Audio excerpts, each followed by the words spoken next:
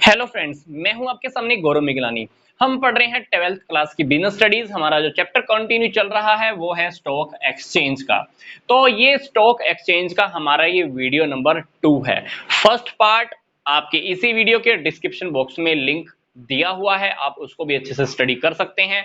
अब हम बात करने जा रहे हैं कि स्टॉक एक्सचेंज के क्या फंक्शंस हैं, क्या काम है। पहली बात, प्रोवाइडिंग लिक्विडिटी, मतलब स्टॉक एक्सचेंज में सारी ट्रांजैक्शन रेगुलर होती रहती हैं। मतलब अगर आपको अपनी सिक्योरिटीज सेल करनी है तो खरीदने के लिए कोई उसी वक्त रेडी खड़ा है, आपको पैसा मिल सकता है। मतलब आपने अगर सेल करनी है तो आपको उसी टाइम हाथों हाथ ऑन द स्पॉट पैसा प्रोवाइड हो सकता है। और इसी तरह से अगर आप किसी भी टाइम सिक्योरिटीज को परचेज करना चाहते हो तो परचेज भी कर सकते हो, क्योंकि सेल करने वाले भी सामने ही अवेलेबल होते हैं।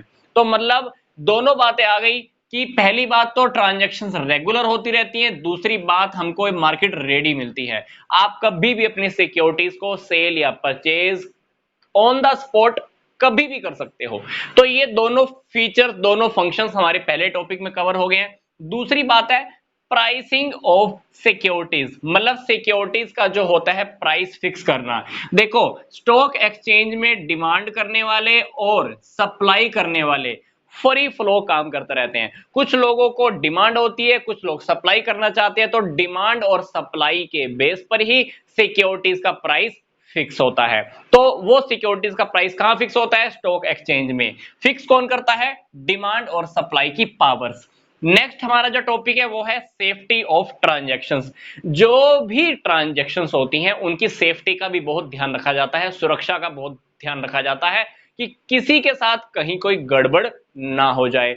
फॉर एग्जांपल, मान लीजिए किसी ब्रोकर ने किसी पर्सन से कमीशन फालतू ले लिया, तो हो सकता है कि उस ब्रोकर के ऊपर हम फाइन लगा दें या उस ब्रोकर को हम वहां से निकाल दें। मैनेजमेंट कमेटी के भी कुछ रूल्स एंड रेगुलेशंस होते हैं, उसी रूल्स एंड रेगुलेशंस के अकॉर्डिंग ही हमको ट्रांजैक्शंस करनी होती हैं। अगर उन रूल्स एंड रेगुलेशंस के अकॉर्डिंग ट्रांजैक्शन नहीं करते हैं तो हो सकता है कि किसी की मेंबरशिप भी छीन ली जाए, उसको मेंबरशिप से निकाल दिया जाए। Function number 5, economic growth. Economic growth मतलब आर्थिक विकास की हम बात कर रहे हैं। किसी पर्सन को मान लो सिक्योरिटीज को परचेज करना है सिर्फ प्रॉफिट कमाने के लिए, तो वो परचेज कर सकता है। किसी को कभी सेल करनी है, उसको पैसा चाहिए, तो उसको ऑन द स्पॉट वापस ही मिल सकता है। तो स्टॉक एक्सचेंज क्या करता है?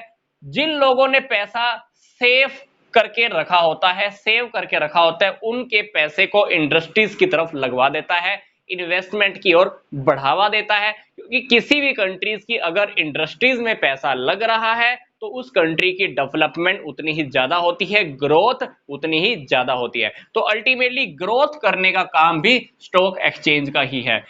Topic number 6, spreading the equity cult, मतलब information of the listed company. Stock exchange के अंडर में जितनी भी कंपनीज लिस्टेड होती हैं, तो स्टॉक एक्सचेंज क्या करता है? उन सबकी इंफॉर्मेशन इकट्ठी करता रहता है कि वो कंपनीज की पोजीशन क्या है, उस कंपनी में पैसा लगाना चाहिए नहीं लगाना चाहिए, उनकी सिचुएशन क्या है, सारी इंफॉर्मेशन स्टॉक एक्सचेंज के पास रहती है। या तो वो सारी इंफॉर्मेशन स्टॉक एक्सचेंज पब्लिश कर देता है, या आप चाहो तो स्टॉक एक्सचेंज के थ्रू वो इंफॉर्मेशन निकलवा भी सकते हो। तो अल्टीमेटली स्टॉक एक्सचेंज क्या करता है? अपने इन्वेस्टर्स को गाइड करता है। गाइड करने का मतलब है कि कस्टमर्स को बताता है, इन्वेस्टर्स को बताता है कि आपको यहां पैसा लगाना है या नहीं लगाना है। डायरेक्ट नहीं तो कहीं ना कहीं इनडायरेक्ट फॉर्म में स्टॉक एक्सचेंज कंपनीज के बारे में काफी सारी इंफॉर्मेशन प्रोवाइड करवाता रहता है। नेक्स्ट जो हमारा टॉपिक है वो है स्पेकुलेशन, मतलब सट्टेबाजी करना। कभी कभी क्या होता है, सामने वाले पर्सन को, इन्वेस्टर्स को पता होता है कि इसका रेट अभी कम होने वाला है, 2 दिन के बाद इसका रेट बढ़ जाएगा, तो हम क्या करते हैं? उसी सिक्योरिटीज को कम रेट के ऊपर परचेज कर लेते हैं, 2 दिन के बाद या 2 घंटे के बाद उसको हम सेल कर देते हैं। पर्पज सट्टा लगाना।